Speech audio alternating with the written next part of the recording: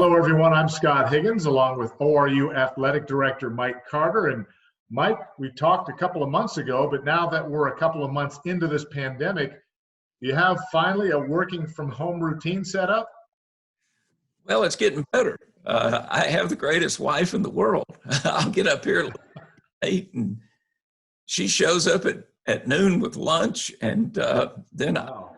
I'm on going until about 5:30 or 6. And most of the days I end up with a popcorn break at about 3 o'clock. So we've got quite a routine going.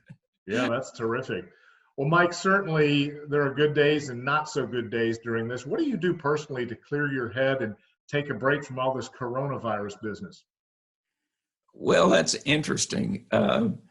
In the evenings, we've been cooking out a little bit, and we'll go for walks.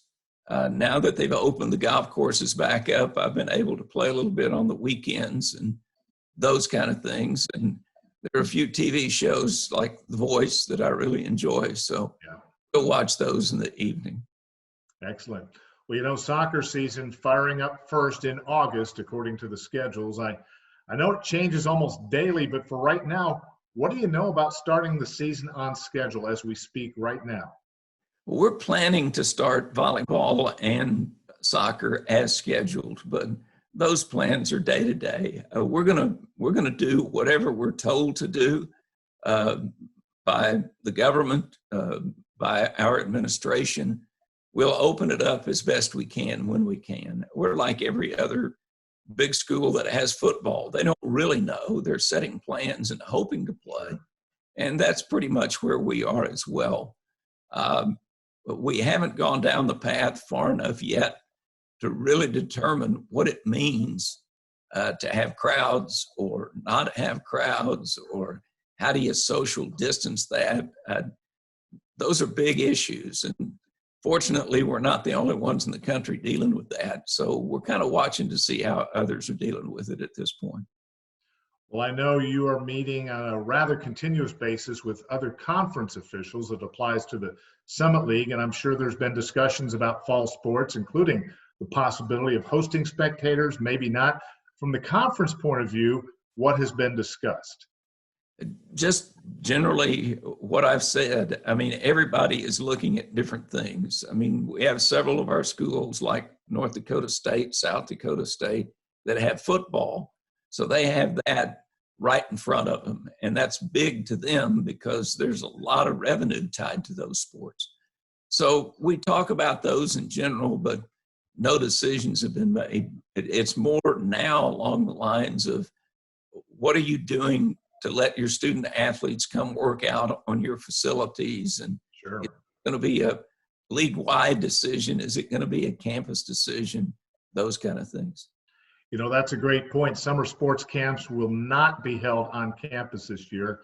So I guess there's a plan for ORU student athletes to begin working out and training on campus, but I know it's very incremental, isn't it? Yes, we're trying to be very careful about how we go about this. The ORU campus is slowly reopening. We have some summer school classes that are being conducted on campus, but anyone that comes on campus has to wear a mask and observe social distancing. And with those kinds of policies in place, the administration has permitted our coaches and student athletes to return, but we can only have 3 or 4 people in a group observing social distancing and just being very, very careful about what we do. We're interested in making sure that all of the equipment, the basketballs, the strength equipment, everything is sanitized both before and after. There's complete hand washing. So we have to look at it not only from the social distancing or physical distancing standpoint, but from the sanitization standpoint as well. Let's talk about academics. Academically, the student athletes did a great job finishing that second semester from home. How important was that for the department as a whole, the athletic department? Well, I think it's important for us to continue the path we've been on for years. This will be like the 22nd year out of 23 that we finished over a 3-point, and I think we're going to set a new record this year over 3.3. So we're really excited about that, and I can't say enough about Kyle Jones and his staff for the wonderful job that they've done in following up, first of all, setting up a program with the coaches so that the coaching staffs break down their rosters, and they followed up this entire semester with their student athletes on those rosters to determine how they were doing, did they need help, and then that's followed up again by Kyle and the staff in the Eli Academic Center, then tutors where it was necessary, and the tutoring process continued just as if the student athletes were on campus. So it has gone very, very well, and we got to give a lot of credit to our faculty at ORU. We've got some of the most loving, caring faculty on the planet, and when a student at ORU has a problem, our faculty is really good about helping those students. And so all in all of the systems work together, and we're continuing on that upward path of academic success, doing very well. And I'm proud of all of our coaches and our staff. Well, for now anyway, the coronavirus continues to put kinks in schedules and policies. It may affect the budget and fundraising at some point, and already some things have been done, but what's the story there on how those policies will stay in place and what needs to happen on the budget and fundraising side? Well, we've all got to stay pretty light on our feet at this point. Sure.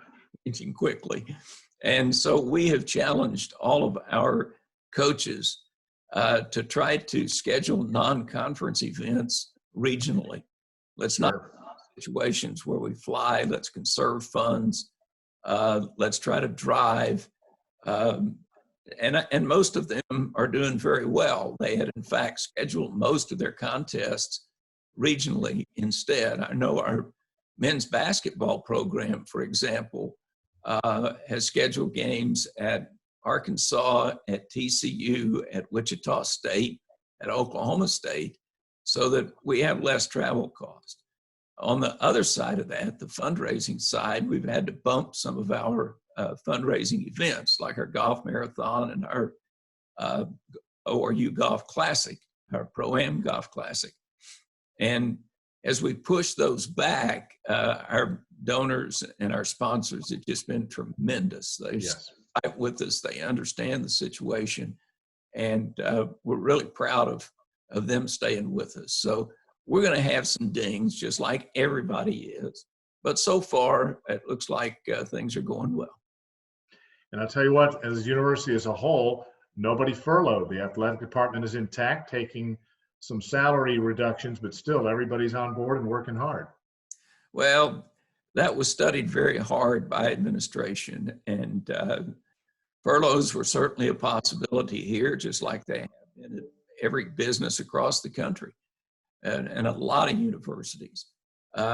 Furloughs were considered, and finally, our people, such good people and such hard workers, and we're such a good, close-knit family campus-wide, that the decision was made to take pay cuts. And those pay cuts range anywhere from 10% to 20%, depending on how much people make. And I think they were gladly taken to help the university succeed and to see that everybody else got to stay in place. Yes. But we didn't want to see some people continuing to make their normal salaries while other people were laid off. And while the government has done a lot for the people that are on unemployment, some of those processes have just been a nightmare in trying to receive the unemployment benefits. Absolutely. Stories on the news that it's taken 3 weeks to 6 weeks to even get signed up. And some people don't have enough money to stand that 6-week delay. And so when you roll all of those factors in and you consider the great people we have working at ORU, I think the proper decision was made, and everybody is moving forward and grateful for it. Well, let's talk basketball. Paul Mills brought in one of ORU's top recruiting classes ever, some great players. Does it ever concern you, though, that basketball season might be delayed or not even happen? That would be terrible. Well, you have to think about that, certainly. Sure. At this point, I think it's far enough off that we can think about it as continuing as usual. But what happens with soccer and volleyball season are going to be the precursors to where we are with basketball. We will go forward with our season ticket sales and all of our programs and our promotions as usual, and plan it. Right now, we're planning on a full season, a full schedule.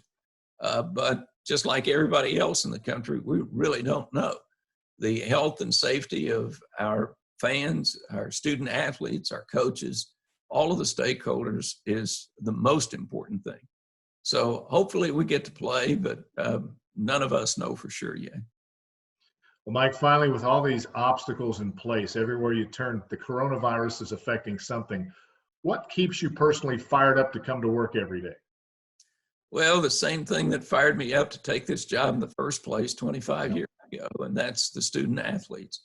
We're investing in their lives. We're trying to build whole leaders for the whole world. And that's what excites me. When they see the light go on and they're ready to go out into the world, we're not just about preparing kids to participate in athletic events. We're about preparing kids for life after athletics, academically, socially, physically, and spiritually. And we hope that when they graduate, they're ready to go take on the world and be a changer in the world. So that's what excites me. It's the great people that I get to work with every day and seeing these young people grow up and go into the world. Well, Mike, thank you very much for your time, and by all means, stay safe through this. Thank you, Scott. Glad to do it.